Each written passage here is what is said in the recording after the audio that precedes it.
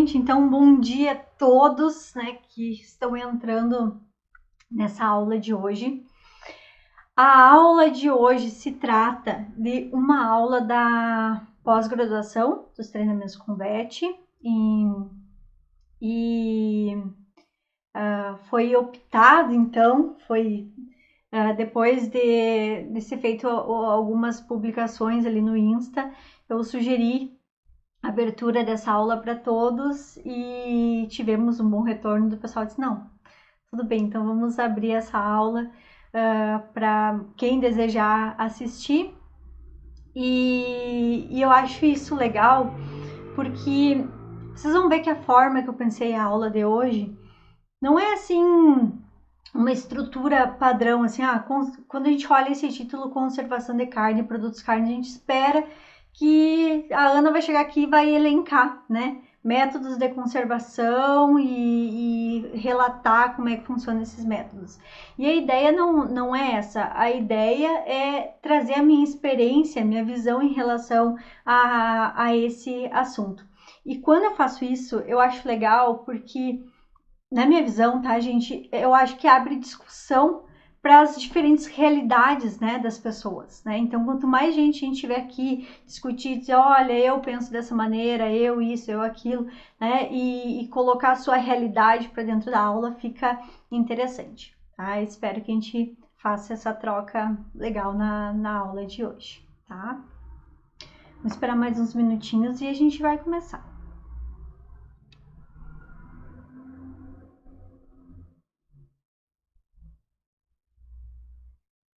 Não, obrigada, Isa, querida.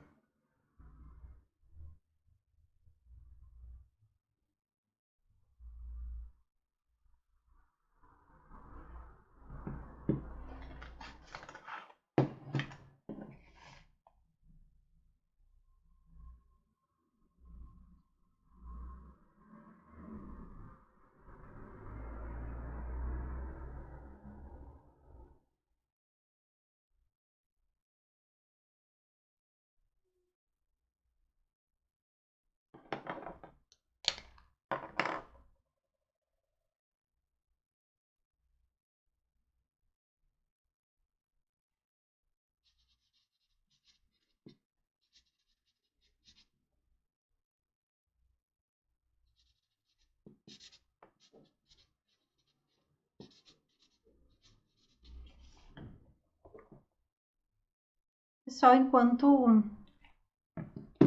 eu dou um tempinho para a galera entrar na aula, deixa eu contar um pouquinho então para vocês sobre a minha experiência até aqui, até porque eu sempre entendo importante que entenda o currículo de um profissional que está conversando com vocês, porque é esse currículo que sempre vai nortear o conteúdo, né, que esse profissional vai ministrar. Então, assim, eu sou médica veterinária, eu me formei pela Universidade Federal de Santa Maria e eu fiz o meu estágio final na área de inspeção de produtos de origem animal, mais especificamente no controle de qualidade em frigorífico de bovinos. E na época eu pensava que eu gostaria, pessoal, de continuar estudando.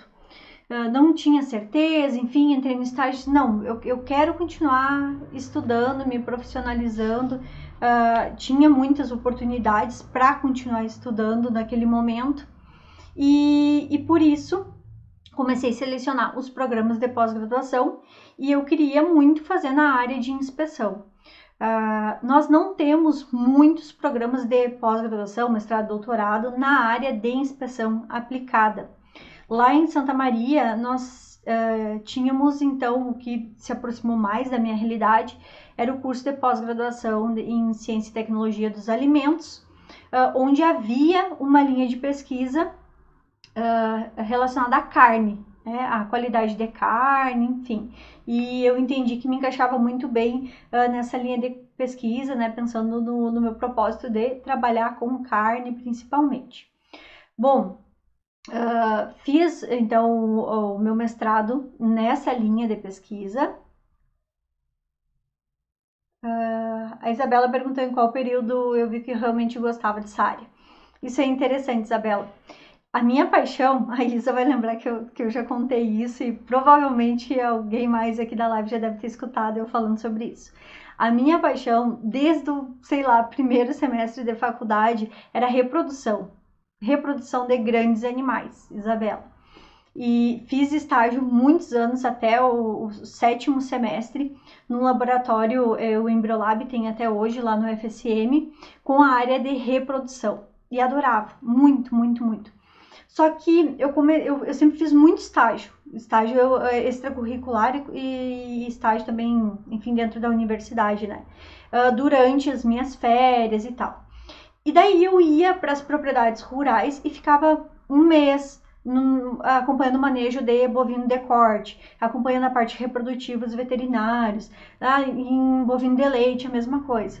E eu comecei a me dar por conta, pessoal, que era um serviço com um desgaste físico gigantesco. Não que inspeção não seja, mas o que eu quero dizer é que, por exemplo, palpação. Nossa, gente, eu chegava no final do dia, assim, acabada, sabe? Devido àquele trabalho braçal mesmo e aplicação de força, assim, no trabalho. E daí eu comecei a pensar, gente, mas será que quando eu tiver 50 anos, 60 anos, eu vou continuar, né, tendo condições físicas de realizar esse trabalho? Será que realmente é para mim isso? E daí eu comecei a colocar dúvidas, né, nessa minha paixão. E ao mesmo tempo, se alguém já teve experiência com a área de reprodução, vai concordar comigo. É uma área extremamente competitiva, as pessoas, sabe, querem te afastar. Essa é a minha visão, tá, gente? E daí eu disse, nossa, mas eu não vou provar mais nada. Desde o primeiro semestre eu vou continuar, né, sempre trabalhando com isso, não vou provar nada. E isso fez com que eu começasse a pesquisar. E daí eu olhei alguma coisa sobre essa área de inspeção nessa minha pesquisa e disse, olha, que interessante, era uma área que a gente não escutava falar tanto. Né? Lá na minha universidade, a gente tem a inspeção só no 8º semestre, daí lá sim a gente tem o contato, mas isso eu estava começando o 7º semestre. E eu disse, olha que área interessante é essa, né? Vou dar uma pesquisada. E daí comecei a pesquisar, descobri que tinha o serviço de inspeção lá de Santa Maria e disse, vou fazer um estágio extracurricular no serviço de inspeção para ver como que funciona a área. E ao contrário da área de reprodução, eu senti que eu fui abraçada pela área de inspeção, sabe? Parece que as pessoas queriam que eu estivesse ali, queriam que eu aprendesse, queriam que eu permanecesse na área. Os professores de inspeção também incentivando, dizendo que tem trabalho, que tem área, que tem campo de serviço, sabe? A recepção foi totalmente diferente. Eu disse, cara, essa é a área que eu posso me desenvolver, né? E daí, a partir daí, comecei a estudar mais sobre isso, fiz o meu estágio final disso e eu disse, não, essa é minha área, essa é realmente a minha área, é nisso que eu vou me profissionalizar. E daí foi assim, Isabela, que eu acabei decidindo, né, optar por essa área de inspeção. E daí, claro, à medida que a gente vai estudando, se aprofundando nas áreas, porque eu fico pensando de onde que vem a paixão, pelo menos para mim, tá? Vem do conhecimento, né, que a gente tem sobre o assunto. Então, tu começa a pesquisar, tu começa a entender, começa a ficar curioso sobre o assunto e, sabe? E isso vai te apaixonando pelo assunto. E eu acho que foi dessa maneira foi dessa maneira que aconteceu comigo, Isabela. Daí, então, eu fiz o meu mestrado e doutorado avaliando efeito de dieta, determinação na qualidade da carne. Então, trabalhei, acompanhava toda a terminação era de ruminantes, né? Ovinos primeiro, bovinos depois. Então, avaliava, terminava esses animais, fazia toda a parte de abate, depois avaliava a qualidade de carne. Então, para mim é muito forte esse estudo em relação à qualidade da carne. É um assunto que eu gosto de falar muito, e tanto na pós-graduação quanto no curso específico de carne e produtos cárneos, eu foco muito nisso, porque é a área que eu vejo que eu tenho para contribuir com vocês, né? E essa é a ideia, eu estruturar um conteúdo que eu realmente possa contribuir com vocês. O que mais? Quando eu estava no doutorado, eu tive a oportunidade de me candidatar a uma bolsa de doutorado sanduíche. O que é isso, pessoal? Doutorado sanduíche é quando tu faz parte do seu doutorado fora do país, com bolsa, né, de estudos. E eu fui aprovada, então passei aproximadamente 7 meses nos Estados Unidos, também trabalhando com qualidade de carne. E lá foi uma experiência bem interessante, porque além, claro, da pesquisa, laboratório, vivência, que é muito legal, né, ter uma oportunidade rica assim, foi possível conhecer plantas frigoríficas dos Estados Unidos. Então, nossa, assim, foi uma coisa que me impressionou muito, porque a gente sempre se coloca no patamar de que a gente não é melhor, né, do que eles em nada, né? E a maioria das pessoas acabam pensando isso. E daí, quando a gente vai para dentro dos frigoríficos, a gente percebe que não é bem assim, sabe? Uma das coisas que me chocou, que eu sempre comento, é que a roupa que a gente entrou no frigorífico, a bota que eu entrei no frigorífico, é a mesma bota que eu vim de fora, vim da rua. Não tem, entende? Essa troca, esse cuidado de troca de uniformes e tal, como a gente tem aqui, tá? Para visitante. A gente só passou por um pedilúvio, que era uma espuma, assim, e vida que segue, sabe? E deu, como assim, sabe? É isso. Ao mesmo tempo, não estou dizendo que lá é pior. Lá tem outros mecanismos de controle que a gente não usa aqui. Daí um contraponto que me chamou a atenção, lá na desossa deles, eles tinham um equipamento em que eles faziam uma amostragem para identificar uma cepa específica de E. coli enteromorrágica, ver se estava presente ou não, sabe? Então, há alguns pontos, né, que a gente controla e é muito mais rígido aqui, em contrapartida eles controlam e são rígidos em outros pontos. Mas é interessante, né, essa vivência, essa distinção entre países. E eu tive a oportunidade de conhecer um pouquinho, né, essa realidade. Muito bem, quando eu estava quase no final, então, desse doutorado de sanduíche, eu fui chamada num concurso da Secretaria da Agricultura do Estado do Rio Grande do Sul. Esse concurso eu tinha feito lá em 2013, gente, agora a gente já está em 2017. Olha como demora, né, para as coisas se desenrolarem, né? E eu fui chamada nesse concurso, retornei então para assumir no concurso e desde então eu trabalho tanto na área de defesa agropecuária quanto inspeção de produtos de origem animal aqui no estado do Rio Grande do Sul, tá?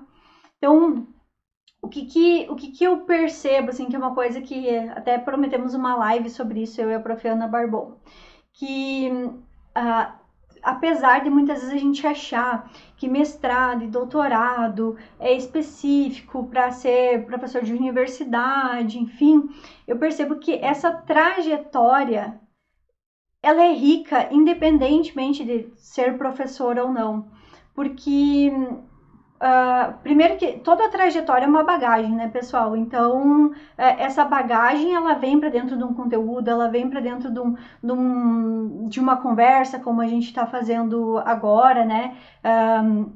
E eu percebo que essa bagagem, e a forma também que o mestrado e o doutorado, eles são estruturados, eles nos propiciam, assim, ter facilidade, por exemplo, de diálogo com o público, e isso eu não faço só aqui para o Convet, isso faz parte, né, de mim como profissional, né? Hoje, se tiver que fazer qualquer representação, por exemplo, da instituição onde eu sou vinculada, eu me sinto confortável de fazer isso, e eu acredito que eu consigo ter esse conforto devido a essa formação acadêmica. Então, as coisas casam, né? Apesar de a gente achar que não, que é só para um determinado ponto, enfim, que serviria. Bom, assim eu apresentei o meu currículo para vocês. Eu então ministro aqui para o Convet a área específica de carne e produtos cárneos. tanto na pós-graduação em Gestão, Qualidade, Inspeção e Tecnologia de Produtos de Origem Animal, que é então a aula, nosso segundo encontro online desse módulo, né, dessa pós-graduação hoje. Como também eu possuo um curso específico, né, de carne e produtos cárneos, né, também aqui na plataforma do Convet. Pessoal, sobre a pós-graduação, só para esclarecer, quem provavelmente tem pessoas que não fazem parte da pós-graduação. Nós já tivemos um encontro ao vivo, esse é o segundo encontro ao vivo. Qual que é o propósito desse encontro ao vivo? O propósito é trazer um conteúdo que o professor entende ser pertinente para discutir numa aula online, ao vivo, e trazer as dúvidas, discussão das dúvidas que os alunos tiveram ao longo, então, do mês.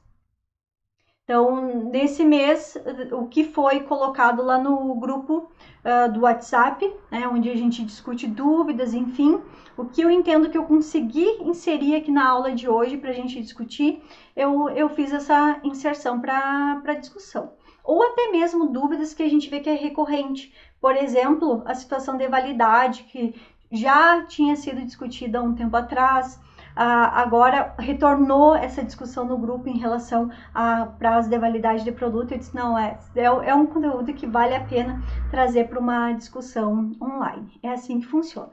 Então, esse mês, né, a gente está se direcionando para o final, para o encerramento do módulo de carne e produtos cárneos, e na sequência teremos o próximo módulo que é ministrado pela Prof. Clarissa e pela Prof. Mariana, que é programas de autocontrole. Muito bem. Eu acho que podemos começar o conteúdo, né? Conversa.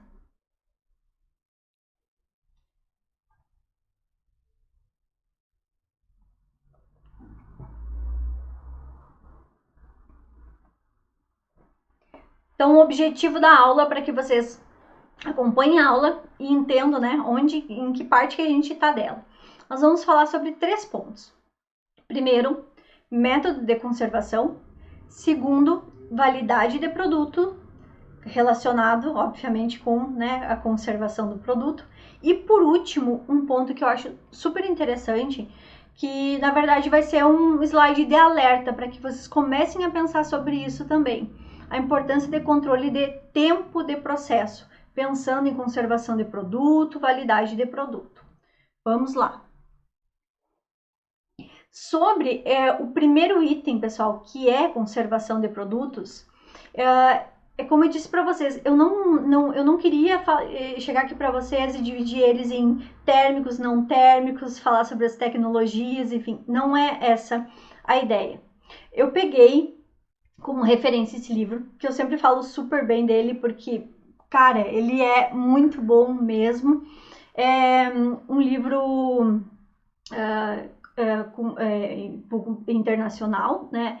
E ele tem uma última edição, se eu não me engano, é agora de 2023, tá? Que é essa aqui que tá na imagem, então é super atual. E quando a gente pega a referência, as pessoas que escreveram ele são os maiores pesquisadores de Meat Science do mundo. Então, realmente é um livro que nos dá confiança, né, para ter como livro de cabeceira quando o assunto é carne, produtos cárneos. E nele tem uma parte específica que daí ele relata, né, todos os métodos mesmo de conservação, abre os métodos de conservação.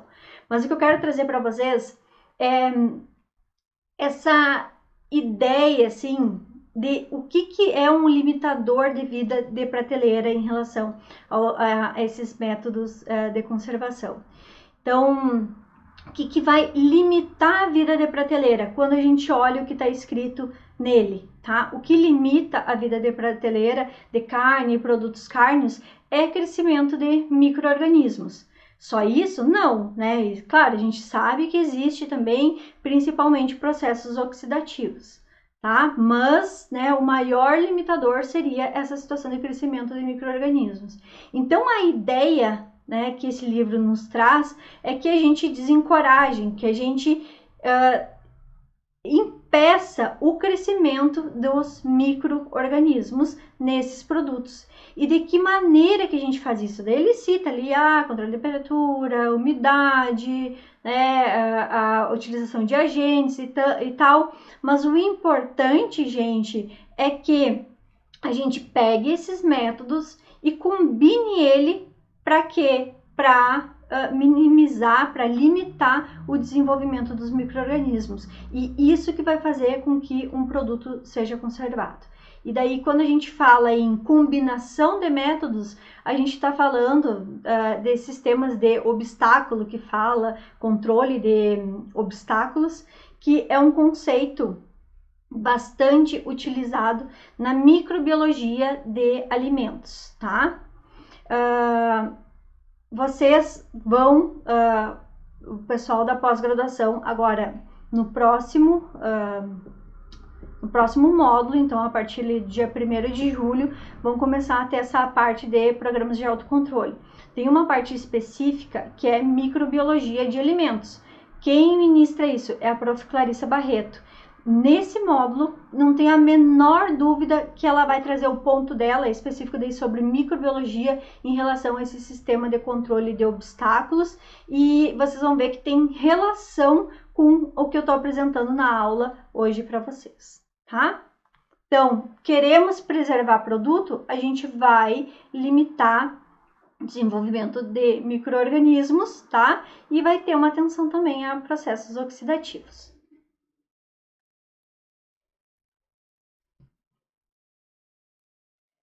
Isabela colocou mesmo um produto que está refrigerado em relação ao que? Será que é processo oxidativo, Isabela?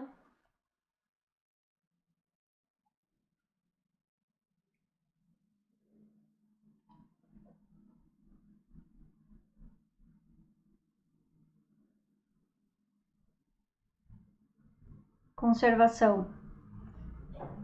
Eu não sei se entendi muito bem. Exemplo em uma carne. Não sei se eu entendi muito bem a tua pergunta.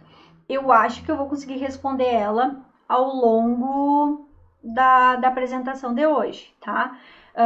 O processo de resfriamento é um processo de conservação, né? Só que ele é limitado, né? E daí a gente vai observar, né, que o produto ele vai se deteriorar mesmo em processo de refrigeração. E daí, quando a gente insere outros métodos de conservação, pensando nessa teoria dos obstáculos, a gente consegue uma maior eficiência, né, na conservação do produto. Mas vamos discutir isso ao longo da aula, vamos ver se fica claro. Se não ficar, daí insere uma pergunta completa para mim, para eu ver se eu consigo te responder melhor, tá bem? Então, quais são, pessoal, as estratégias que a gente utiliza para não desenvolver micro-organismos nos alimentos? A gente pode dividir de 3 formas, tá? Em 3 itens. O primeiro é impedir que os micro-organismos cheguem no produto. De que forma que a gente impede que micro-organismos cheguem no produto? Com aquelas siglas PPHO, APPCC, PSO, PPHO, APPCC, PSO, tá? O que são essas siglas? Eu não costumo falar, e daí um dia eu recebi um recado, tipo, Ana, tu fala essas siglas, né, com tanta facilidade, né, como se todo mundo soubesse. Eu disse, cara, às vezes a gente, né, tá no meio e se esquece, né, de que é um monte de sigla mesmo, e que tem pessoas que não trabalham diretamente, né, com essas siglas e não sabem. Então, PPHO, Procedimento Padrão de Higiene Operacional.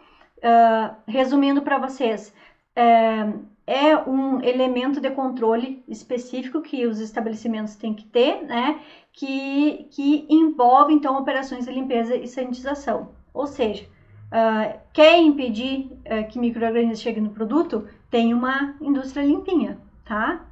Tem uma indústria adequada em relação aos seus processos de limpeza e sanitização. A segunda sigla é PSO, Procedimento Sanitário Operacional. Também é um elemento de controle que as indústrias, enfim, controlam, monitoram, né? E tem descrito seus processos e tal, e monitoram e controlam. O que é esse PCO? Nada mais é que os procedimentos para evitar contaminação cruzada durante o processo. Tá? Então, você não quer que o micro-organismo chegue no produto? Bom, muito bem, então vamos evitar essa contaminação de produto ao longo do processo. E a PPCC, que é a análise de perigos e pontos críticos de controle, é uma ferramenta que hoje também faz parte do programa de autocontrole, que ela é uma ferramenta mais robusta, mais complexa. Alguns estabelecimentos até hoje não têm implementado. Aqui no estado do Rio Grande do Sul, há pouco tempo se iniciou a implementação, que nada mais é uma estratégia que levanta todos os possíveis perigos durante o processo produtivo, avalia se eles podem ser significativos ou não, e havendo a necessidade de controlar esses perigos, né, eles se tornam um ponto crítico de controle, tá? Resumidamente é isso. E isso é para vocês aprenderem aqui na aula de hoje? Não. Isso é só uma revisão, tá? E daí onde que vocês vão aprender e discutir, assim, vocês precisam sugar muito os profs agora no próximo semestre, tá? No próximo mês. É a Prof. Mari, tá? Então, tem dúvidas sobre isso e tal, já se preparem para o próximo mês para discutir isso com ela, tá? Bom, o segundo item, então, destruição de micro-organismos que estão no produto. Geralmente, como que se faz isso? Ação de calor, conservantes, tá? Então, é dessa maneira que se poderia haver essa destruição de alguns micro-organismos. E o terceiro ponto, impedir multiplicação desses micro-organismos. Bom, da destruição e impedir multiplicação de micro-organismos, a gente consegue como isso, pessoal? Como? A gente consegue através de modificação de fatores intrínsecos e extrínsecos dos produtos de origem animal, tá? Que afetam, claro, o desenvolvimento dos micro-organismos. E agora eu vou trazer para vocês, então, o que é esses fatores intrínsecos, exemplos de fatores intrínsecos do produto e extrínsecos dos produtos, para a gente impedir essa multiplicação de micro-organismos.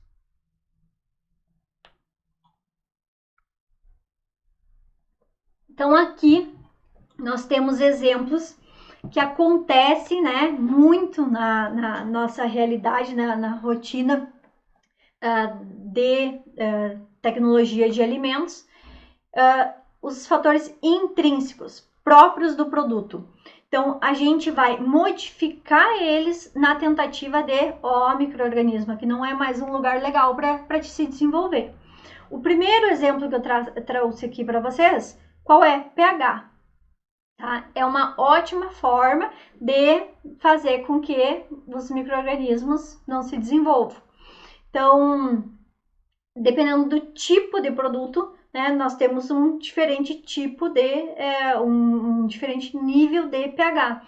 E daí eu coloquei para vocês ali o pH da carne, em torno do lado dos seus 5,8, e o pH do salame, 4,8. Qual é o ambiente perfeito para a maioria dos micro-organismos se desenvolver? Bom dia, Carla, bom dia. Estamos iniciando. Carla, comecei então a falar para a turma sobre os métodos de conservação, mas não propriamente os métodos, e sim quais são os fatores que a gente precisa modificar no produto ou no ambiente para que esse produto se conserve, tá? E eu tô trazendo agora os fatores intrínsecos, tá? Na sequência eu vou falar de fatores extrínsecos, e são esses fatores que geram a tal da conservação, tá?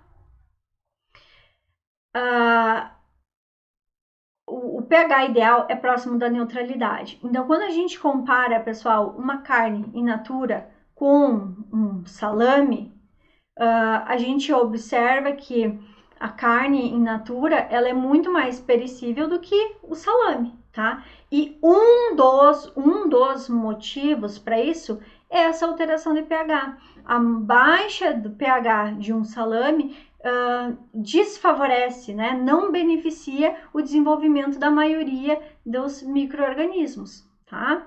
Então, é uma forma de conservar esse produto.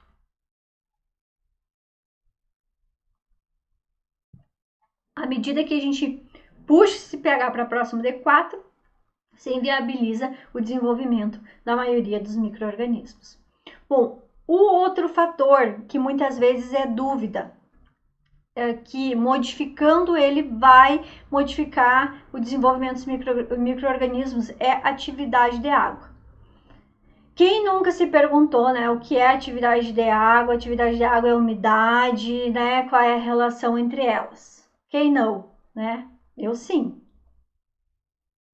Então, a atividade de água, pessoal, se diz assim, ó, é a quantidade de água livre presente no produto. O que significa isso? Não tem relação nenhuma com umidade? Tem relação com umidade sim. Vocês observam ali, olha, a carne in natura de novo lá, com a sua umidade em torno dos 75%. Quando comparado com um salame, peguei os parâmetros do RTQ do tipo italiano, 35%. Nossa, é muita diferença de umidade. E a atividade de água dos dois também tem diferença, 0,99 para 0,9, tá? Qual que é a diferença da atividade da água para a umidade? A atividade da água, se fala que é a quantidade de água livre presente no produto para ocorrer reações, que está livre ali para as reações com micro-organismos, disponíveis para os micro-organismos, por exemplo. Então, um produto, né, que tem a mesma umidade, tá? E um deles é adicionado sal e no outro não, por exemplo, o sal, ele inviabiliza essa disponibilidade de água, por exemplo. Então, vai ter uma menor atividade de água quando comparado com um produto que não tem sal, por exemplo, tá? Mas se a gente fizer uma análise de umidade, como que a gente faz a análise de umidade? Pesa o produto antes, coloca numa estufa a 100 graus, pesa o produto 24 horas depois. E daí avalia quanto que saiu de diferença de peso, que saiu de peso é a umidade. A umidade dos dois vai permanecer a mesma, tá? Mas a disponibilidade de água é diferente. E quando a gente trabalha em microbiologia, se fala muito mais em atividade de água do que umidade do produto, tá? Mas existe, óbvio, que existe, né, produtos que têm maior atividade de água tendem a ser mais úmidos, né? Uma relação mesmo que não direta, tá? Bom, então, o que a gente observa? Quando puxa, então, essa atividade de água para menor do que 0,9, a maioria dos micro-organismos que causam deterioração já não consegue mais, né, sobreviver, se desenvolver nesse produto. E daí nós temos um produto mais estável. Então, já observem que quando eu comparei esses dois produtos, salame e carne in natura, eu já dei dois exemplos para vocês começarem a pensar, cara, salame preserva muito mais, conserva muito mais, tá? E por que conserva? Porque houve, né, um processo tecnológico ali que mudou os fatores intrínsecos desse produto. Só esses não, depois eu vou trazer mais alguns exemplos de processo tecnológico. E ele conserva muito mais e a gente consegue ver isso assim com bastante facilidade no dia a dia quando a gente chega no mercado e o salame ele tá em temperatura ambiente, né? Então, um produto para ele ser conservado em temperatura ambiente, mantido em temperatura ambiente, ele tem que ser um produto estável, né? Quando comparado com a carne in natura, tá? Então, percebam, né, o que aconteceu, né, para aquele salame poder ser conservado daquela maneira, tá? Foram essas modificaçõezinhas que foram feitas ao longo do processo produtivo para chegar nesse momento. E daí eu tenho escolhi o outro item como exemplo de fator intrínseco que é modificado, que esse é um que eu tenho discutido bastante, tá? Talvez vocês já tenham visto em publicações ali do Convet, em alguma aula já tenho falado, que é um item que, de certa forma, me indigna. Vamos lá, vamos falar um pouquinho sobre ele. É o tal do potencial de oxirredução.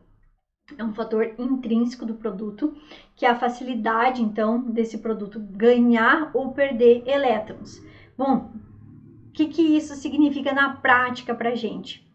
Quanto mais maior o potencial, por exemplo, a carne moída tem um potencial altíssimo, né, 200 milivolts, comparado com a carne pedaço menos 200, tá? Tem um potencial negativo. muito baixo. Então, o que significa isso? Quanto maior o potencial, né, maior, mais oxidado, né, e mais presença de oxigênio nessa atmosfera, tá?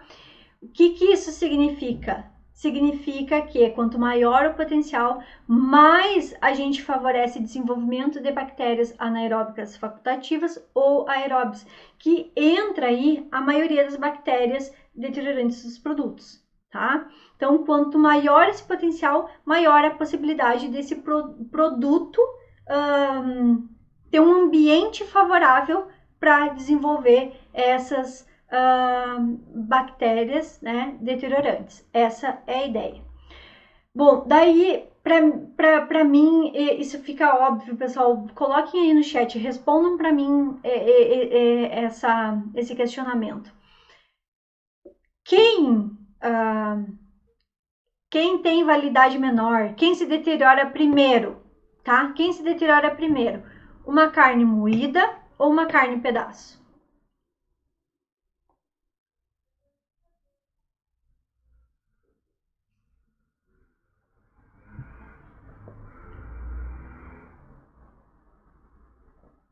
Carne moída ou carne em pedaço?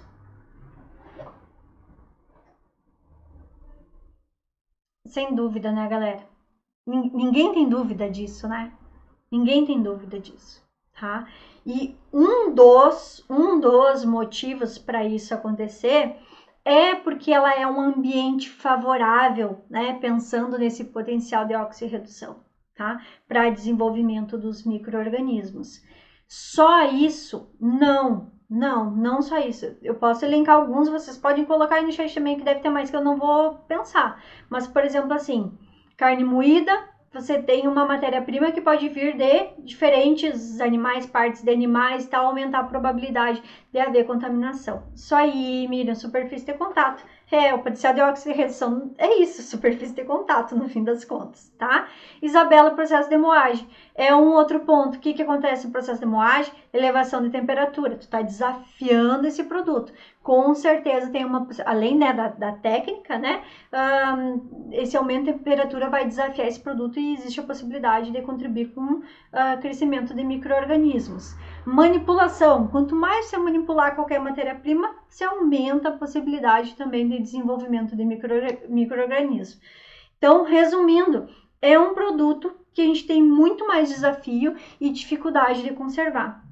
E qual que é a minha briga, que não é motivo, né, de aula de hoje, mas só para que vocês pensem um pouquinho sobre isso também, porque é algo que tem me indignado bastante, tá? Sem dúvida, limpeza de local também, qualquer coisa qualquer processo que você inclua, né, que manipule mais os produtos, vai fazer com que, enfim, aumente a chance, né, de haver desenvolvimento de micro-organismos, tá? Contribuir com o desenvolvimento de micro-organismos. Mas a minha briga, gente, é até 2003, se eu não me engano, a resolução que falava sobre o RTQ de carne moída. Ela permitia a adição de carne industrial, que seria aquelas carnes provenientes da sala de abate, principalmente ali feito de sangria, de cabeça e tal, como componente da carne moída. Cara, eu nunca entendi isso. Nunca. De verdade, gente. Porque assim, ó, não existe produto que é mais instável, que a gente tem que ter mais cuidado do que carne moída. E daí você pega um produto lá que, historicamente, né, se sabe que tem uma possibilidade de ser mais contaminado e permite a adição na carne moída. Justo na carne moída, cara, faz qualquer coisa com isso, mas não libera para carne moída. Mas estava lá na resolução, tá? Tava lá, era permitido como fiscalização, né? O que importa é o que está na legislação e pronto, tá? Mas eu nunca entendi isso. Bom, agora em 2023, o tempo passa tão rápido, daqui a pouco foi em 2022, mas houve uma modificação no RTQ da carne moída e foi tirado isso. Gente, eu vibrei tanto, coloquei lá nos destaques do Convete, explicando e tal, meu ponto, e disse, cara, não acredito, enxergaram isso e tiraram esse absurdo da regulamentação, proibiram então a adição de carne industrial na carne moída. Tá, perfeito. Agora, em fevereiro de 2024, voltaram atrás.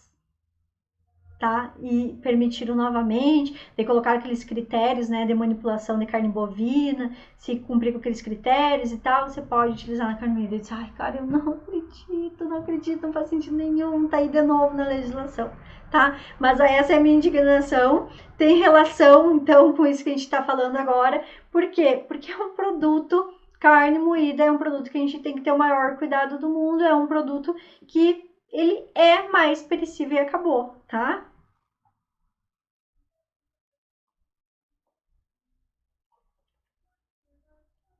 Isabela perguntou se tiver algo contaminante na carne moída após o cozimento, ainda assim é problema?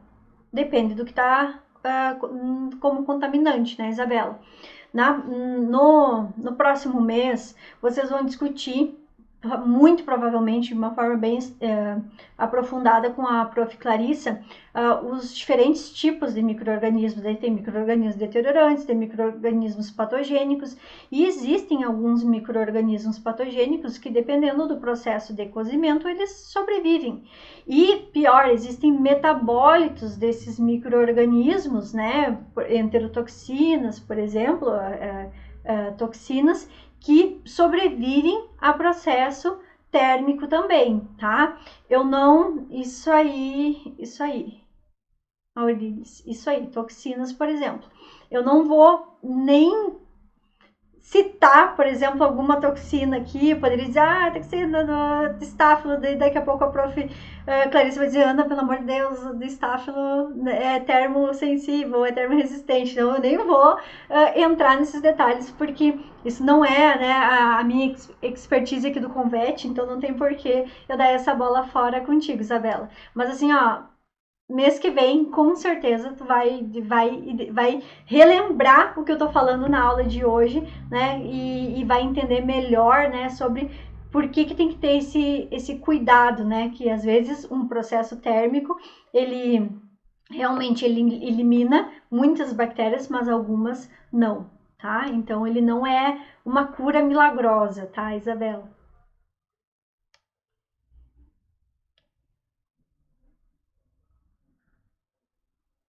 Tá? E outro ponto também que eu acho interessante, pensando na aula de hoje, gente. Claro, Isabela, tu falou assim de uma contaminação, né? Ser então resolvida com um processo de cozimento. Pensando principalmente no problema, daí eu falei do problema como patógeno, mas a gente tem, pessoal, um outro problema que é pensar nessas bactérias como deteriorantes, tá? Então, por exemplo, assim, que daí tem mais relação com a aula de hoje, tá? A gente tem uma estimativa, né, que a validade de uma carne in natura, ela fica em torno ali dos seus 15 dias, tá? Bom, para ela realmente durar, ter essa vida de prateleira, a gente precisa que esse produto ele não tenha um nível de contaminação elevado, por exemplo, tá? E dependendo de como que a gente vai trabalhar ao longo desses 15 dias, esse produto ele vai se deteriorar. Então, mesmo que o ponto que eu quero chegar, Isabela, é que mesmo que a gente não tenha um processo sério assim, de micro-organismos patogênicos e tal, que o cozimento iria resolver, até chegar no consumidor, no ponto do cozimento, a gente pode ter perdido esse produto por ele ter se deteriorado. Ou seja, as suas características sensoriais já não estarem adequadas para chegar num consumidor, tá? E isso também é problema, certo? Então, às vezes, o cozimento lá, quando chega no consumidor, também não é solução por esse motivo. Nós precisamos trabalhar de uma maneira mais controlada possível para que esse produto chegue lá no final da sua vida de prateleira, no final da sua data de validade, adequado para um consumidor querer comprar ele e cozinhar ele na sua casa.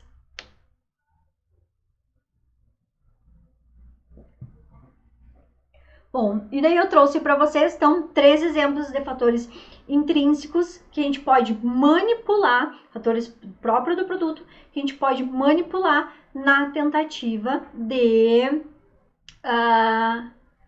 conservar melhor esse produto, tá? Da mesma maneira, gente, se a gente mantém uma carcaça de um animal fechada, tá?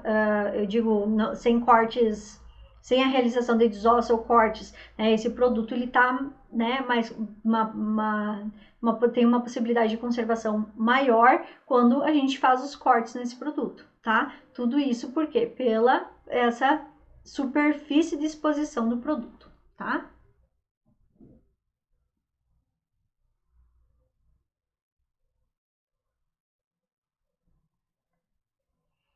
Bom, e daí eu trouxe para vocês 2 exemplos de fatores extrínsecos do produto, ou seja, não próprio dele, externo, ambientais, tá? Que também vão favorecer ou dificultar o desenvolvimento desses micro-organismos que podem influenciar na conservação do produto.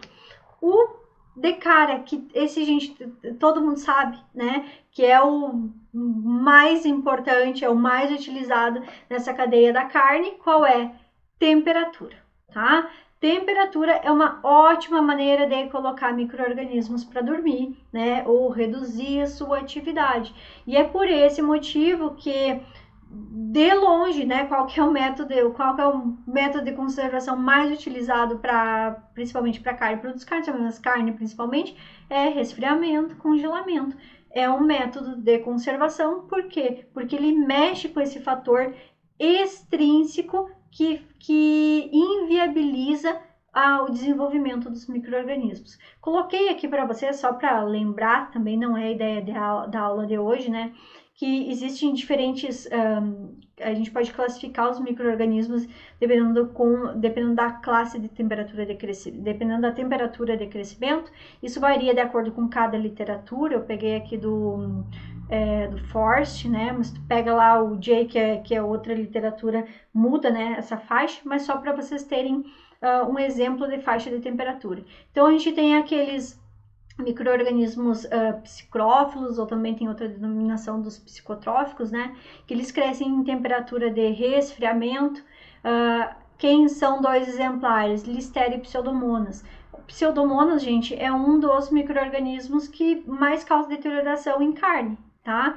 E ele é um micro-organismo que cresce em faixa de temperatura de resfriamento, né? Então, a gente mantém, Isabela, como tinha comentado, a gente mantém esse produto resfriado, vai conservar ele super bem a vida toda, né?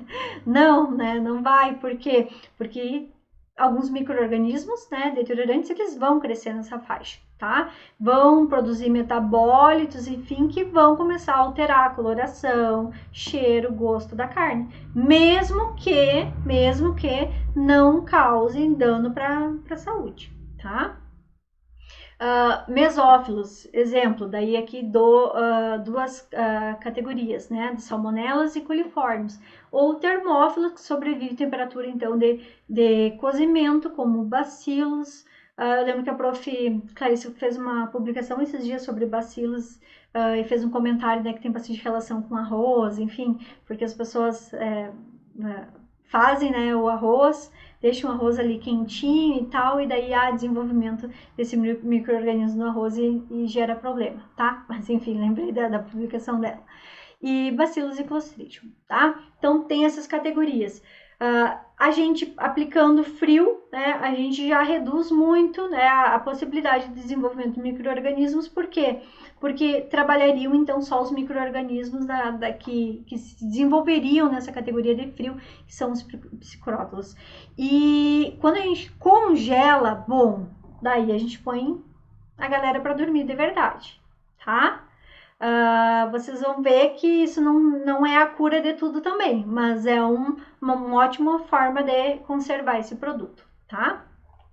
E outro exemplo é composição gasosa do ambiente. O que é isso, gente? Modificar a atmosfera que está em contato com a carne, o produto carne. Cada vez mais está sendo utilizado isso, tá? Porque quando a gente remove o oxigênio do contato desse produto, você reduz muito a classe de bactérias que pode se desenvolver ali, tá? Então, aqueles micro-organismos aeróbios, que são muitos dos deteriorantes, já não vão mais se desenvolver nesse micro-organismo. E daí, quem são, na prática, né? Qual é essa atmosfera modificada? Carne embalada a vácuo, né? Que a galera tem um certo receio de consumo, que é um baita de um produto. Eu sempre falo isso na aula, sempre que posso falo isso também em palestras, enfim. E aquelas outras atmosferas modificadas, né, que é aquele pacotinho gordinho, que tu tira o oxigênio e insere outro gás ali, né, que também vai fazer essa dinâmica de não permitir o desenvolvimento de micro-organismos que precisam do oxigênio para se desenvolver, tá?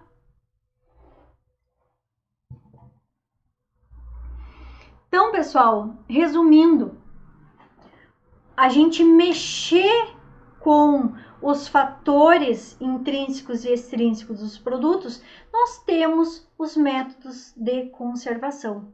E daí eu espero que vocês já tenham percebido, provavelmente, eu não sei se vocês já chegaram na parte de produtos carnes, que é a parte final, né, do nosso módulo. Como a gente está no dia 22, provavelmente vocês ainda estão ali pela implementação de unidade de beneficiamento, discutindo regrinhas e fluxos comigo.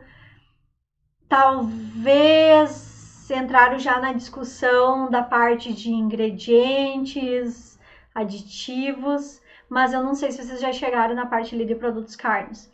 Para quem já chegou e para quem vai chegar lá no futuro, vocês vão ver que agora é óbvio, né? O que eu fiz hoje, na verdade, eu trouxe para vocês...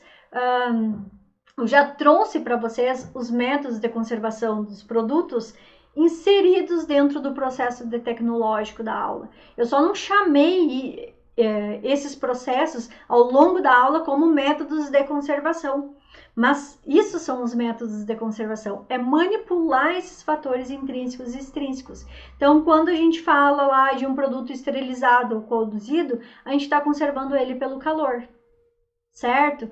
Quando a gente fala de um produto resfriado, congelado, a gente está conservando ele pelo frio. Outros exemplos, a parte de lavagem de carcaça e aspersão com ácido lático, isso já está autorizado pelo Ministério. Bovinos e aves, com certeza, suínos, eu não tenho certeza absoluta para falar aqui para vocês hoje, mas isso é algo que já está começando a ser utilizado, né? Essa aspersão.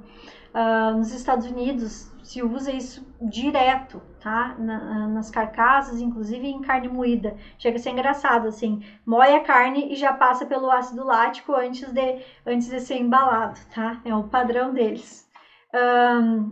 Redução de água, como? Através do processo de desidratação, né? Secagem, defumação. É método de conservação. Então, quando a gente está lá falando sobre como que produz uma linguiça defumada, a gente está aplicando o método de conservação ali, tá? E é por esse motivo que esse produto vai ficar lá em temperatura ambiente, por exemplo, depois, tá? Laura, o ácido lático, ele atua, na verdade, como... ele atua nas bactérias, matando as bactérias. Tá? É um agente que vai atuar nas bactérias e não em si na carne, tá? Assim como outros ácidos, né, que são utilizados.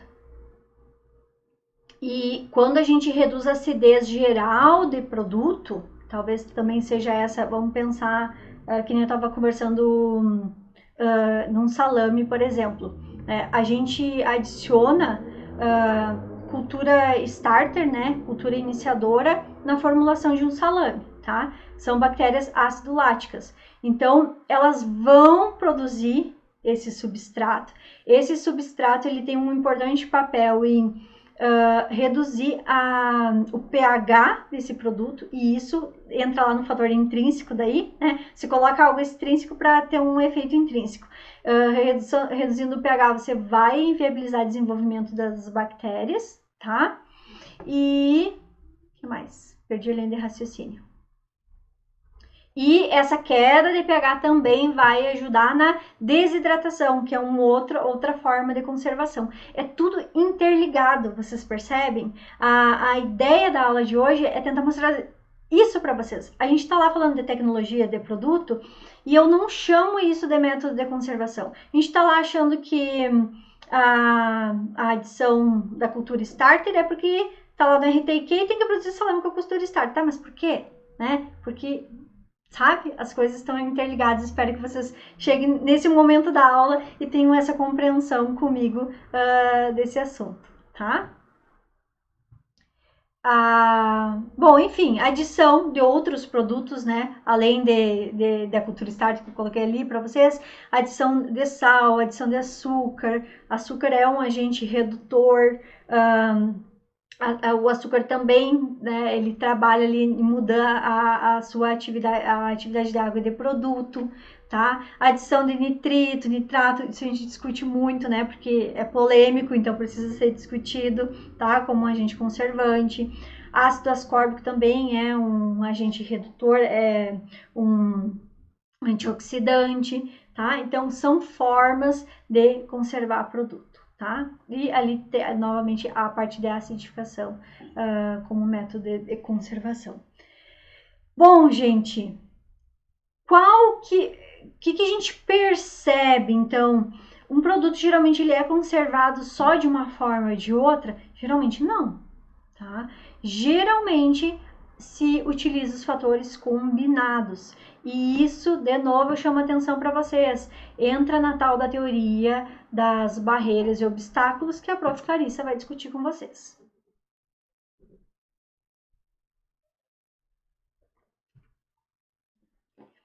Cara, a Isa perguntou em relação à cultura starter.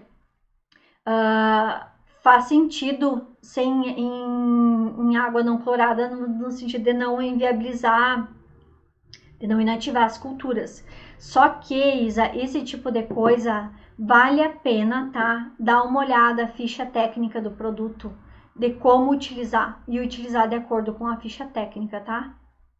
Tudo que fala em relação assim a aditivo, cara, a gente tem que ter bastante atenção à ficha técnica, tá? Até porque isso pode ser um problema, né? Se não for clorada a água, que água será? Vamos comprar uma água deionizada específica para utilizar na cultura starter? Sei.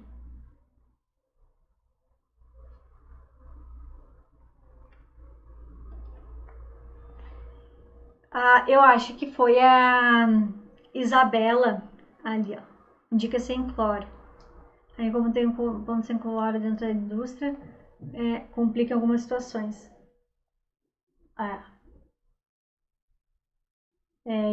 Isso é um problema. E se certificar, né, de que porque assim, o que acontece? Vamos lá para a disciplina da Profimari, pensando em autocontrole, análise de água e tal. Um dos porquês, né, extremamente importante de ter cloro na água é se certificar de que essa água vai cumprir com os padrões microbiológicos. E é muito claro, assim, para mim, que um dos motivos realmente de não ter desenvolvimento, de crescimento dos micro-organismos na análise é a presença de cloro. Então, mensalmente, né, vocês fazem a análise de vocês com a água clorada, né, e não nesse ponto sem cloro. Seria bem, como que eu posso dizer... seria algo que teria que ser bastante controlado dentro da indústria para se certificar que não tem contaminação no poço, por exemplo, sabe? Para utilizar essa água sem cloro nesse produto, mesmo que uma quantidade pequena, né? é delicado. A gente sabe que existem, né, águas que daí poderiam ser compradas, né? Como eu dei o exemplo para vocês, tipo uma água deionizada, águas destiladas, enfim, água ultra pura, que tu consegue comprar que é uma água livre de cloro e livre de muitas outras coisas também, inclusive micro-organismos, para ser utilizado. Agora, eu não sei se isso seria viável, tá? Eu não sei, galera, se alguém tem alguma experiência em relação a isso que possa contribuir.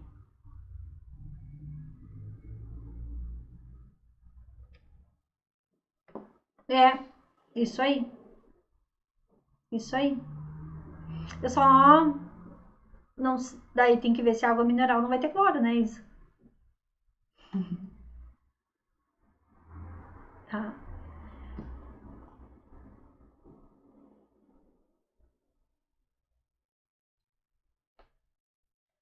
Pois é. Isso aí. Tá. Nada que não vale a pena, né? Pegar e fazer um experimento com água clorada e ver se faz diferença no produto, hein, Isa? Poderia, se tu fizer isso, depois me dá um feedback, tá?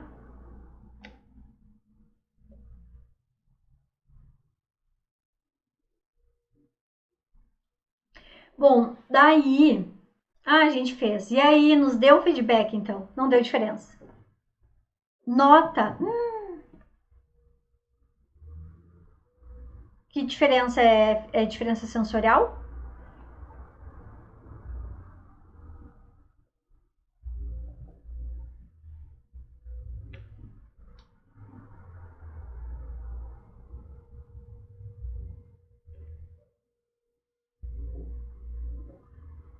Sensorial. Uhum. Nossa, gosto e coloração. Né? Que são dois pontos que a cultura starter influencia, né? Realmente trabalha, né, nesses pontos. É. Enfim, são coisas para se pensar realmente. E é legal esses testes que pode ser feito dentro da indústria, né? Até chegar no seu produto ideal e manter esse padrão, gente. Isso é muito interessante, né? Porque todo mundo quer comprar o produto da indústria X e sempre ter o mesmo gosto e o mesmo sabor. Então não dá para um dia ser feito de um jeito e de outro dia de outro, né? Porque não vai preservar as características da marca, né? Obrigada pelo teu retorno, Isa. Muito legal. Bom, daí eu acho que foi a Isabela que perguntou em algum momento ali sobre se conservar resfriado seria o suficiente, alguma coisa assim, né? Eu quero trazer esse alerta aqui. Isso é outra coisa que vocês já devem ter visto eu falando várias vezes e nas nossas aulas, né, na aula gravada, vocês já devem ter passado por esse ponto ali da disciplina. Eu falo muito, muito, muito, muito, muito, muito, tá? É esse alerta. Pessoal, congelamento é sinônimo de essa carne vai durar para sempre? Tá, eu tô exagerando, obviamente vocês vão colocar aí que não, tá? Mas a gente acha, sério, a gente acha, tá? Sejam sinceros comigo, que congelamento resolve todos os problemas da vida, tá? E eu vou dizer para vocês que microbiologicamente ele ajuda muito, muito, muito, muito. Isso é verdade. Só que a gente está falando de padrão de qualidade e identidade de produto. A gente está falando em validade de produto e conservar esse produto até o final da vida de prateleira para alguém querer consumir ele, gostar do que está consumindo, tá? E a gente sabe, pessoal, que processos oxidativos, ranço da carne, tá? Ranço do produto. Ele não para durante o processo de congelamento do produto, tá? E daí o que a gente tem lá no final da vida de prateleira? Um produto oxidado, um produto rancificado, um produto com alteração sensorial. Isso também não é legal, tá? E daí eu trouxe para vocês, gente, quantas vezes vocês já viram publicação do Instagram? Respondem para mim. Com essa imagem e dizendo esses 3 pigmentos, esperando se essa carne estava boa e tal, né? Enfim, não estava estragada. E dizendo, esses são os 3 pigmentos da carne normal.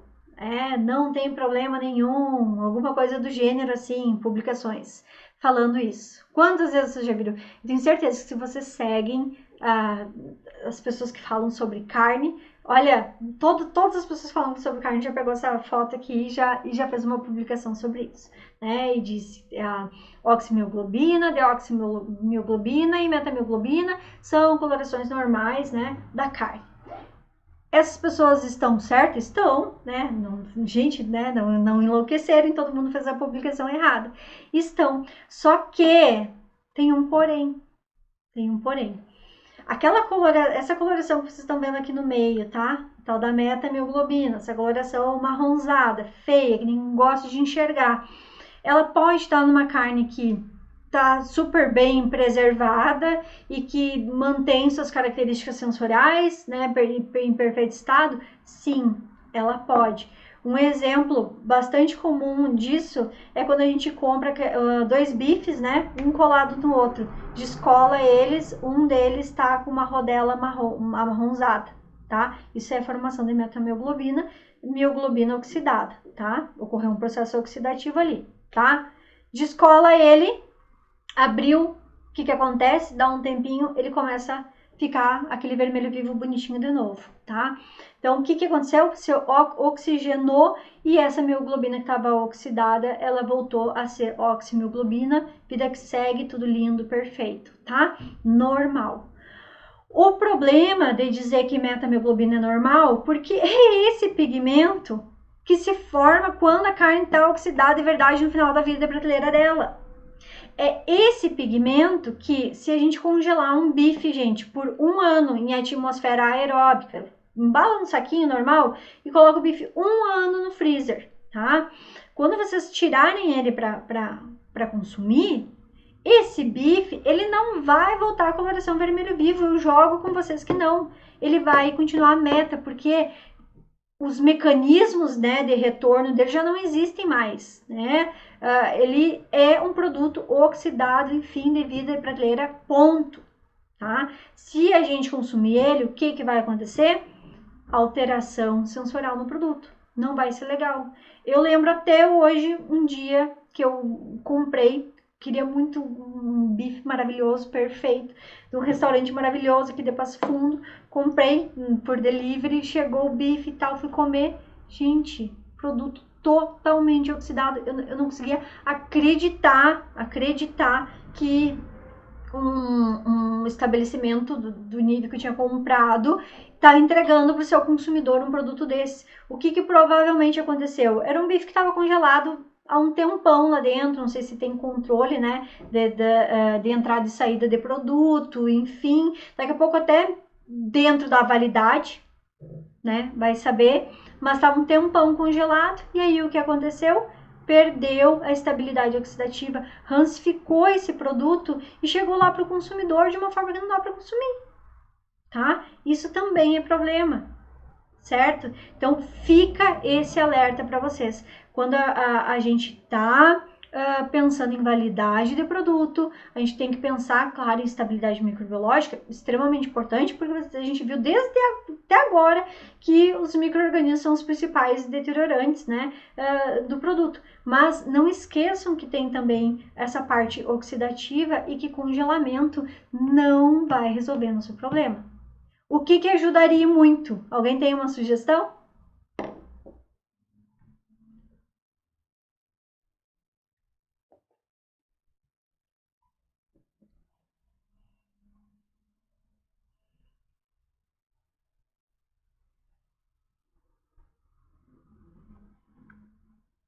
O que ajudaria muito é a embalagem a vácuo.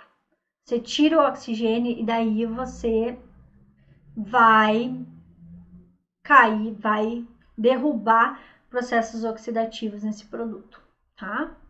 Por isso que carne embalado a vácuo congelado tem uma validade gigantesca, tá? E sem dúvida, né, Isa, controlar a entrada e saída de matéria-prima, sem dúvida. essa questão de validade. Agora a gente vai entrar no próximo item que fala um pouquinho, a gente vai falar um pouquinho para você sobre validade, a importância assim da consciência da empresa de realmente inserir uma validade que o produto ele chegue no final dela cumprindo com suas características físico-químicas, né, e microbiológicas. A importância disso para não sujar a marca da empresa, por exemplo, tá? Bom, então falamos sobre esses fatores que influenciam na conservação do produto. Vimos que métodos de conservação estão inseridos nas nossas aulas, né? Quando eu falo de processo produtivo desses produtos, né? Produção de produtos cárneos. E agora eu quero falar para vocês sobre esse segundo ponto da aula, que é validade. Então, esses métodos de conservação, eles precisam ser aplicados de maneira que vão garantir vão garantir que esse produto esteja apto até o consumo final, então até o final da vida de prateleira dele, tá? Isso é o prazo de validade do produto, tá?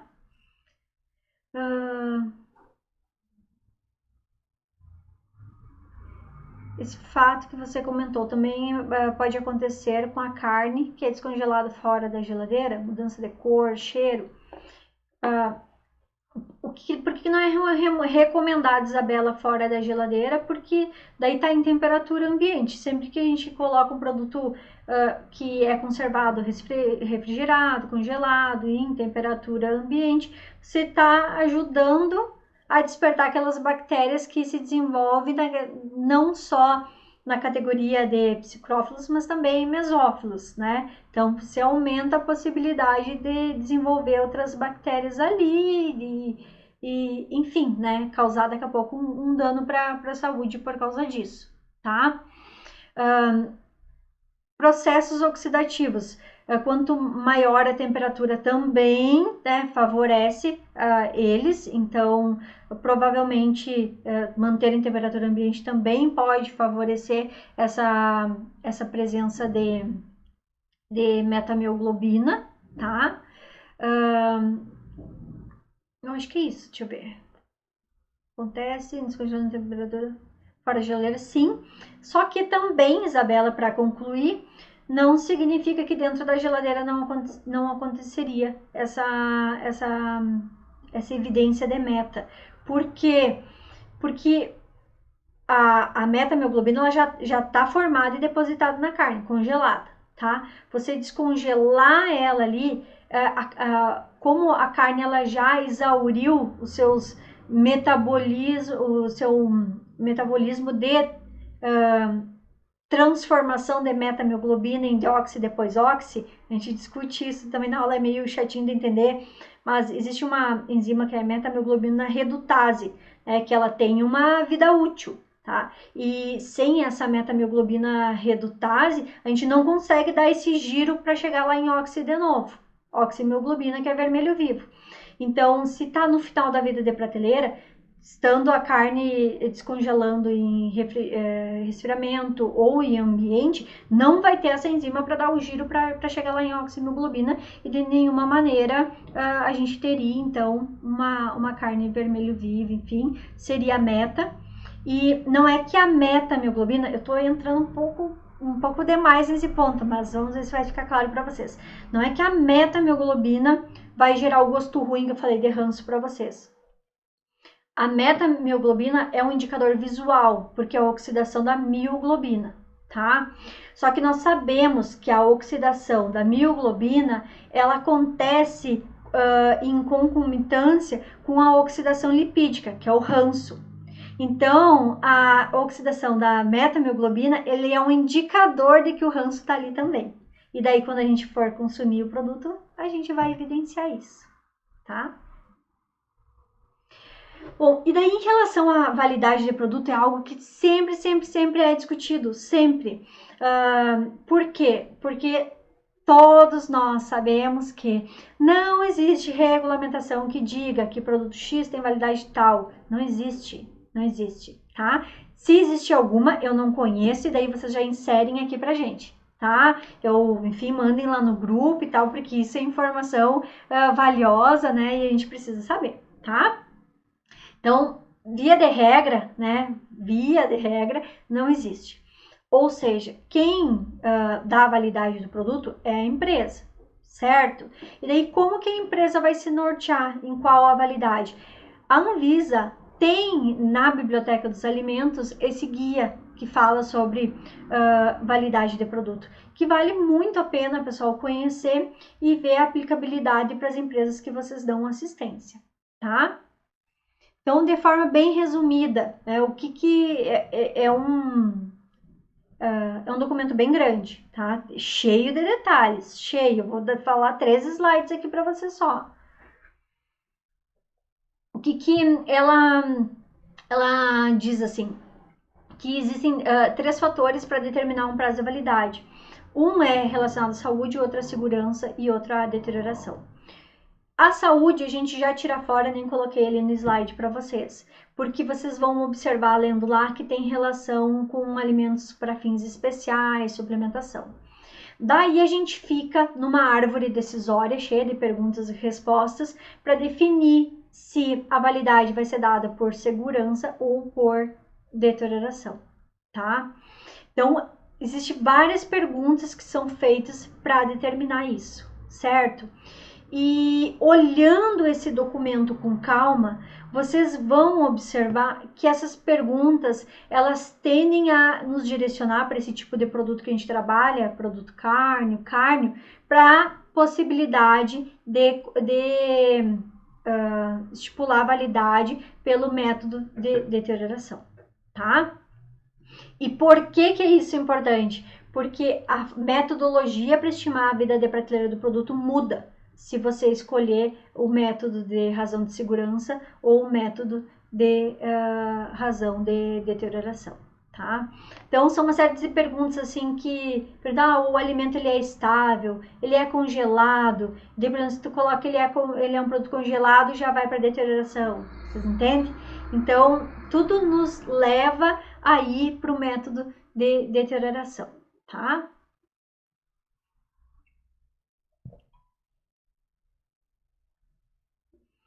E, então, o que eles sugerem, né? O método padrão, o que seria para estipular a validade de um produto? Seria através, pessoal, de avaliação sensorial e microbiológica. O que é, tá? Coloquei ali para vocês. É avaliar diretamente esse produto, né? No intervalo de tempo que você deseja dar a vida de prateleira dele, a validade dele, e observar se tem ou não mudanças nessas características físico-químicas e microbiológicas do produto, certo? Esse seria o método padrão para estipular a validade do produto, tá? Um ponto interessante, conversei com a Prof. Mari sobre isso e ela me prometeu que a próxima aula da pós-graduação, aula ao vivo, ela vai trazer esse ponto de vista aqui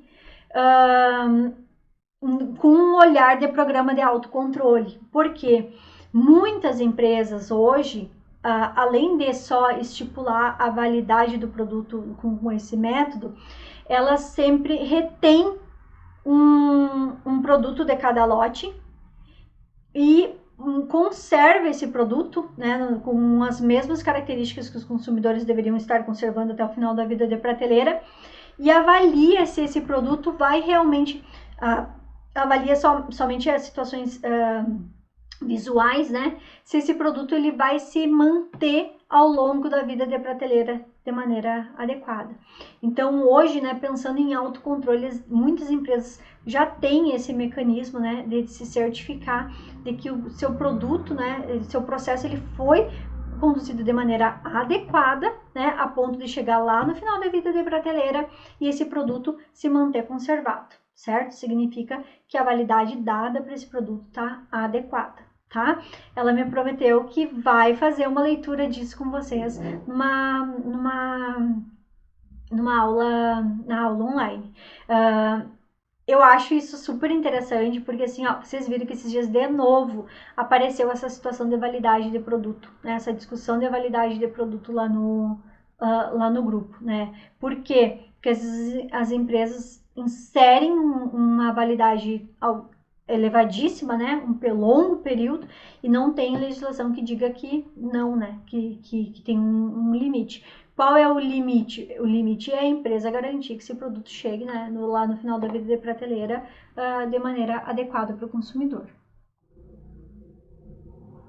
Tá?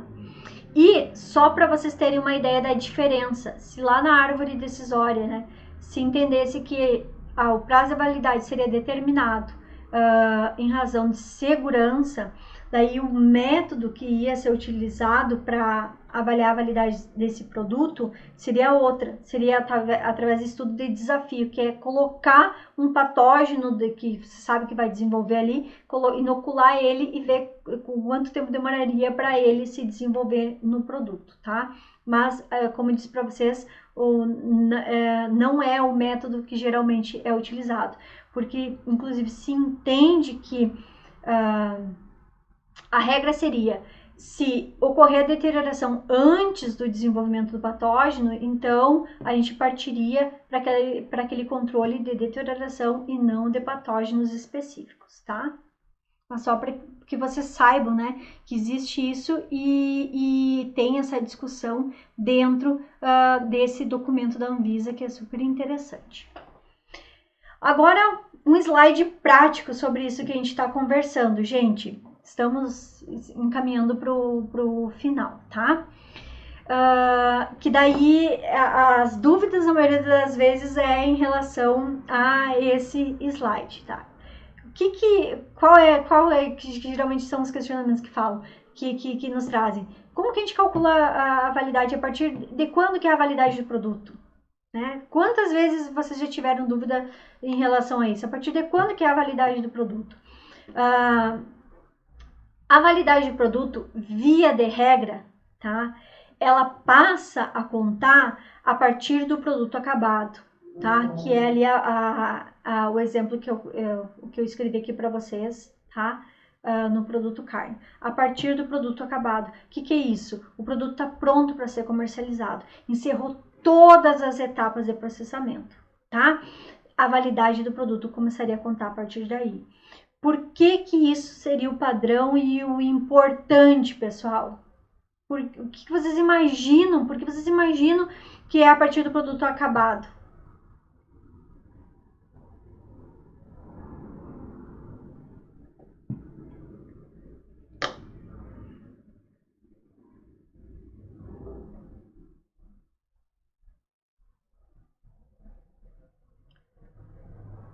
Vamos lá. Eu vou pegar um exemplo para dar para vocês.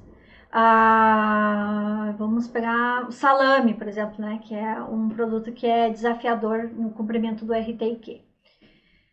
Se você insere, por exemplo, uma rotulagem, uma validade do produto, a polêmica da validade, isso é verdade. Eu já discuti contigo sobre isso, se eu não me engano. Se você pega, por exemplo, o salame, tá? Quando ele saiu do processo de defumação, tá? E você rotula ele, tá?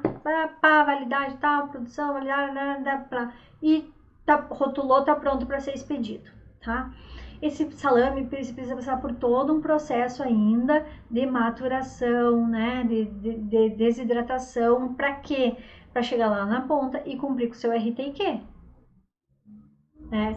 Porque se não atingir lá aquela atividade da água baixa, que eu mostrei para vocês nos slides anteriores, né, não está cumprindo com a RTQ. Se não está cumprindo com a RTQ, não é salame, tá? Então, às vezes, né, rotular um produto que não passou por todo o processo produtivo não vai permitir com que esse produto cumpra com o seu RTQ.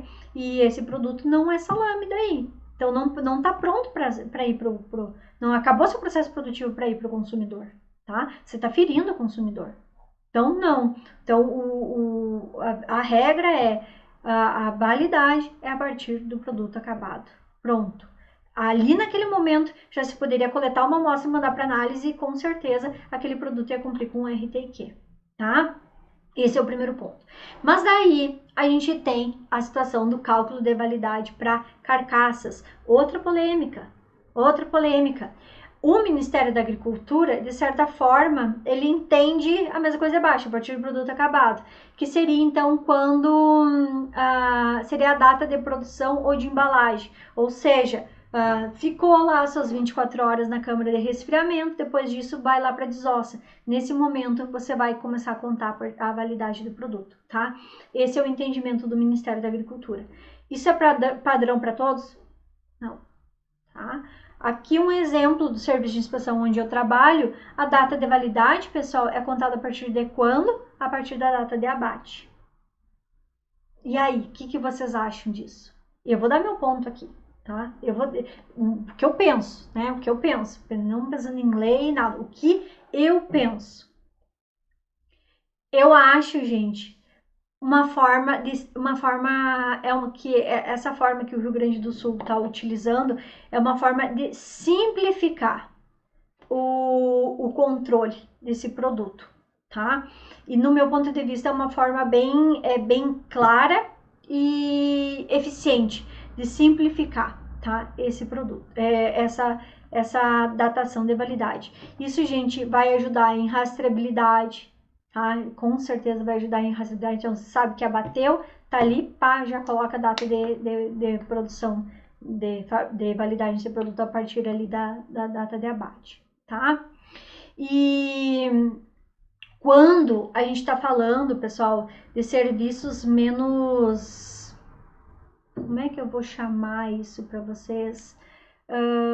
Menos ruminado, tá? Sempre que a gente compara serviço federal com serviço estadual, municipal, a gente tende a perceber que o serviço federal está mais ruminado, está mais adiantado, tá? Quando comparado com os outros. É regra? Não é, tá? Mas eu tô dando meu ponto aqui para vocês. E no estado do Rio Grande do Sul, eu sempre uso como exemplo, que para mim é muito claro, a situação de implementação do APPCC, aquela sigla horrorosa que eu falei para vocês ali mais no início da aula. No CIF, né, nos frigoríficos CIFs, isso começou a ser implantado em 98. No frigoríficos do estado do Rio Grande do Sul, começou a ser implantado em 2019, 2020. Olhem a diferença, são 20 anos, 98, sabe? De diferença entre dois serviços. Então, é um serviço mais imaturo. Então, às vezes, uma regra mais clara ajuda, né? Ajuda muito, né? A manter um controle, tá? Então, faz sentido, tá? Faz sentido isso. E isso também, pessoal, é importante. Deixa eu ver. Oi, Nielen, tudo bem? Tu também por aqui? Que legal! Quando a empresa quer alterar a forma de apresentação do produto resfriado, que não saiu ainda dentro do... Tá! Nielen, essa é uma pergunta que no próximo slide eu vou falar de tempo de processo tem relação com isso, tá? Eu fico doente, gente. Eu fico doente com isso. E não pela minha veia fiscal. Eu fico doente com isso porque tem relação com os meus experimentos de mestrado e doutorado, tá? O que eu quero dizer para vocês? Quando eu estava fazendo os meus experimentos, a gente acompanhava o produto ao longo da vida de prateleira. Então, vamos supor assim, a gente sempre dava validade de 13 dias para carne. E a carne em 13 dias fica terrível, tá? E a gente vê que tem validade muito maior que isso. No mercado. Carne em atmosfera aeróbica, tá? Então, a gente pegava assim, o dia 0, dia 3, dia 6, dia 9, dia 13, era assim, tá? E a gente percebia a evolução dos processos oxidativos, principalmente, porque eu trabalhei muito mais com processo oxidativo do que microbiológico, tá? Então, a gente observava a evolução. E, gente, o processo de resfriamento tem uma evolução gigantesca, é muito rápido, Tanto que a gente não trabalha tanto com experimento com produto congelado, porque a gente vai demorar muito tempo para enxergar essa curva de oxidação num produto congelado ou um produto embalado a vácuo. A gente praticamente não avalia a oxidação em produto embalado a vácuo porque demora muito tempo para oxidar. Mas refrigerado oxida sim, ó. Tipo, 10 dias está muito oxidado esse produto, tá? Daí você pega esse produto com 10 dias que já está lá no seu limite de oxidação, ou seja, já não vai ser legal sensorialmente, daqui a pouco já não vai cumprir com o seu padrão de identidade e qualidade, mesmo que seja só a parte física, né? E ainda você vai congelar esse produto para dar mais 1 ano de validade, porque o seu rótulo disse que podia ser 1 ano de validade. É um produto que você já vai congelar deteriorado, tá? Então, não faz sentido nenhum fazer isso, nenhum. E eu vou falar isso no próximo slide, mas agora já adianto. Daí, pessoal, tem que começar a trabalhar a consciência da empresa, no sentido de que a empresa é uma marca, sabe? E a empresa quer que esse produto chegue no consumidor com a sua marca, com essa deterioração, porque uma coisa é a empresa não saber, entende? Isso não ser discutido. Agora, isso ser discutido, apresentado para eles, eles querem que esse produto seja comercializado assim com a sua marca, sabe? Então, e eu acho que esse é um ponto que a gente pode começar a trabalhar com as empresas, tá?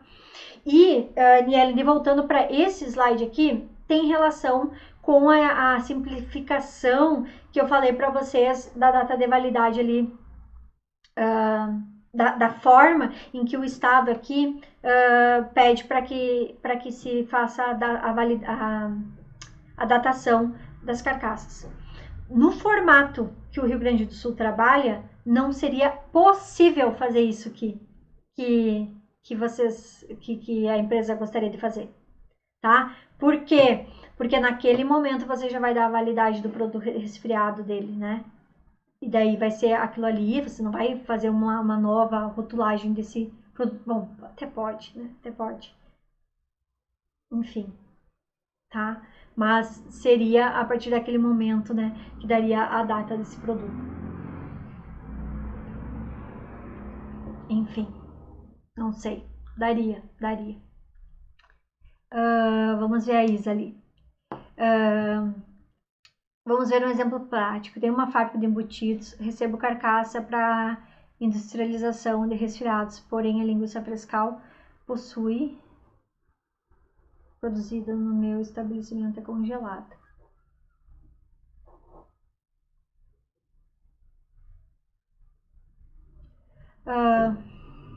Vou ler de novo isso. Fábrica de embutidos, recebe carcaça resfriada, linguiça frescal produzida no estabelecimento é congelada. Nesse exemplo prático, Isa, tipo, é padrão, normal, tudo bem. Porque assim, o que acontece quando a gente processa um produto, tá? É bem diferente de uma carne in natura, tá? Porque assim, quando você processa o produto, a linguiça frescal, a data de validade dela, você vai contar ali quando tu terminou de embutir ela e embalou, né? Ali vai ser o início da validade do produto. E independentemente, né, de ter produzido ela a partir de um congelado, de um resfriado, tu parte do princípio que a tua matéria-prima estava conforme, né, para processar, para realizar esse processamento, tá? E o que você vai adicionar ali na linguiça, né, muito provavelmente vai contribuir com a conservação dela ao longo da vida de prateleira dela, tá? Conservante. E outros ingredientes, sal, enfim, vai fazer com que esse produto tenha estabilidade até o final da vida de prateleira dele, tá? Mesmo que congelado. Claro que, só que daí a gente entra numa loucura, assim, que daí não tem controle. Claro que se tu iniciar com a tua matéria-prima muito próximo da validade, Talvez você não tenha um produto com uma melhor qualidade e estabilidade até o último dia do congelamento dele, como tu imaginou que teria, né? Mas daí a gente já entra num processo, como eu disse, de detalhamento, assim, que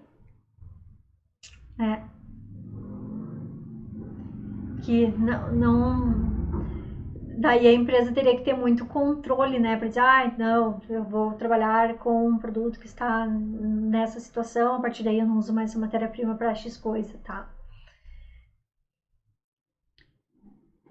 Isso, o tempo, mas para produto carne é isso que vai acontecer, né, Isa? Isso daí não tem discussão. É isso que vai acontecer, né? O importante é ter uma matéria-prima confiável, né, que tenha suas características sensoriais preservadas ali no momento da moagem, né? Então, por exemplo, assim, uma matéria-prima que está cheia de meta-mioglobina, né? Isso acontece. Um monte de meta. Pode saber que esse produto está muito próximo ali do fim da vida de prateleira dele. Né, que tem processos oxidativos e que sim pode influenciar lá na qualidade do produto final, tá? Deixa eu ver, Isabela. A questão muda, Isabela, muda de estado para estado, por isso que assim, a gente sempre trago a regra do ministério, tá? E depois eu trouxe um exemplo, enfim, porque daí é a minha realidade aqui, tá? Mas muda sim. Tá? E só para concluir, então, essa situação de carcaças, por exemplo, aqui do Rio Grande do Sul, que eu também acho interessante, é que, claro, tudo depende, né, da tecnologia do frigorífico, né, de como que funcionam esses processos produtivos. Mas, por exemplo, de acordo com se fosse a regra do Ministério, a data de validade desse produto, ela passa a contar a partir ali da desossa. Bom, então o que significa isso? A data de.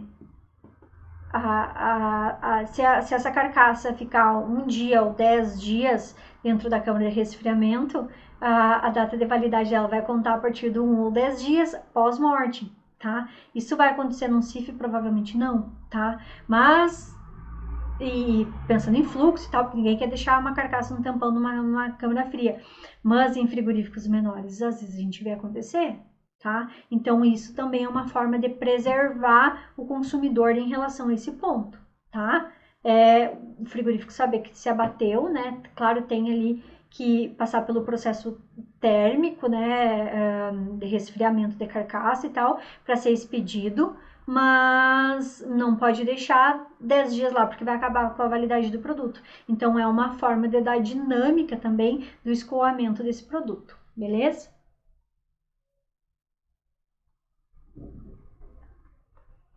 E para encerrar de verdade, tá aqui o alerta que é o que a gente já começou a discutir, ó, gente. Que isso é uma coisa assim, ó, que a gente não percebe com tanta frequência, pelo menos não na minha realidade, o cuidado, gente, com a história de tempo de processo. Cuidado, tá? Que é o que a Isa colocou, que é o que a Nielen tinha colocado ali também, tá?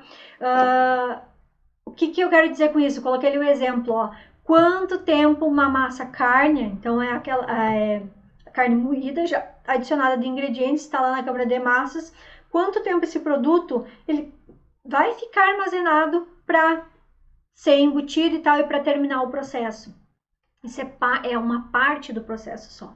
Você vai deixar esse produto 2 dias ou 10 dias? Tá? Isso tem que ser pensado e isso tem que ser inserido, pessoal, no momento de aprovação do processo do registro desse produto, tá?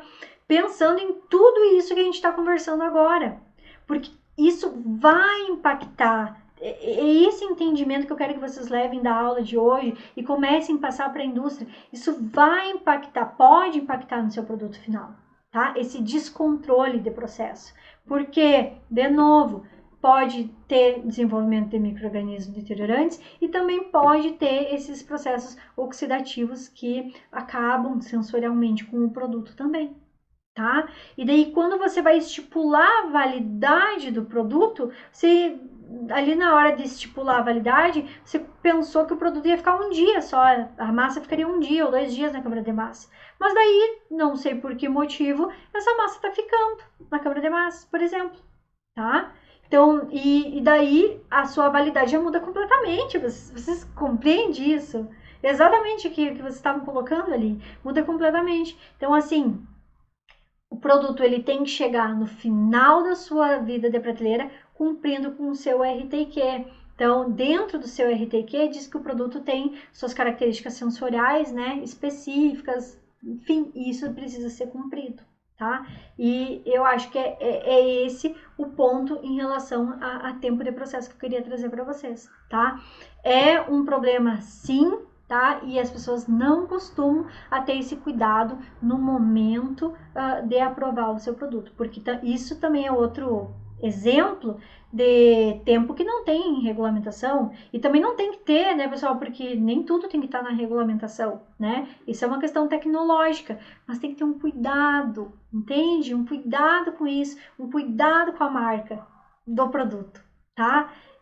Esse seria um apelo final, assim, em relação a essa discussão de conservação de produtos de origem animal. A consciência, tá? Consciência da empresa. Levar a consciência para a empresa que esse produtinho é deles, né? Essa marca é deles e eles que precisam ter esse cuidado, tá? Ai, Isa, querida, muito obrigada. Muito obrigada. Eu adoro feedbacks assim, e feedbacks ruins também, tá, pessoal? Talvez não escrevam aí no chat, mas me mandem no WhatsApp privado, assim. Não escrevam no chat para não humilhar, mas mandem no WhatsApp privado, que, sério, assim, é muito importante receber feedback, porque a ideia é sempre trazer clareza, sabe? Trazer experiência e clareza para as aulas, sabe? Se não é assim, então tem uma coisa errada, no meu ponto de vista, tá, pessoal? Então, vamos direcionar, então, essa aula para o encerramento. Gente, eu espero, assim, de verdade, tá? Que eu tenha contribuído um pouquinho com vocês, trazendo essas informações de uma forma um pouco diferente, sabe? Não aquele padrãozinho, assim, de que vocês conseguem encontrar num livro sobre método de conservação, tá? Eu fico à disposição de vocês sempre, você sabe que, enfim, tem o grupo do WhatsApp ali, é sempre legal mandar pro grupo do WhatsApp, não no particular, porque daí tem os outros colegas ali compartilhando experiências também, isso é muito massa, porque na nossa área, gente, ninguém sabe tudo, tá? E se alguém acha que sabe, tem alguma coisa errada, porque não sabe. E esses grupos, isso é interessante, que daí as pessoas compartilham as suas experiências ali. E, e uma das coisas que eu acho muito legal e confortável, assim, de fazer parte dessa equipe de profs do Convet, é porque são 9 professores. Então, eu me sinto muito confortável e leve em chegar hoje para vocês e dizer para vocês que eu não vou falar sobre a toxina do estáfilo, porque, cara, tem a prof. Clarissa, que manja tudo sobre isso, e é ela que vai responder isso para vocês, não sou eu, sabe? Eu quero dar meu ponto aqui sobre as minhas experiências, né? E, enfim, não preciso saber nada sobre ovos, porque tem a prof. Ana que fala sobre isso, e assim por diante. Então, isso traz um certo conforto de não trabalhar sozinha, trabalhar com profissionais como os outros profs, e trabalhar num grupo onde todo mundo pode responder. Isso eu acho fascinante também, tá? Então eu espero, assim, ó, de verdade, que tenham gostado. Se tiver alunos que não são alunos do Convet, porque, enfim, era aberto, né, a apresentação, e desejarem conhecer ou o meu curso específico de carne para os cárneos, ou a especialização como todo tem lá na plataforma, deem uma olhadinha. A especialização é interessante porque, como eu falei para vocês, são 9 professores e cada professor tem a sua expertise e seu módulo, tá? Então, cada professor coordena o seu módulo. Obviamente, a gente dá pitaco, às vezes, nos assuntos dos outros professores, mas daí, enfim, tem essa, sabe? Essa expertise para cada assunto. Isso é muito legal, essa troca é muito legal. Gente, muito obrigada. Obrigada pelos feedbacks. e nos encontramos então numa próxima oportunidade. Até lá!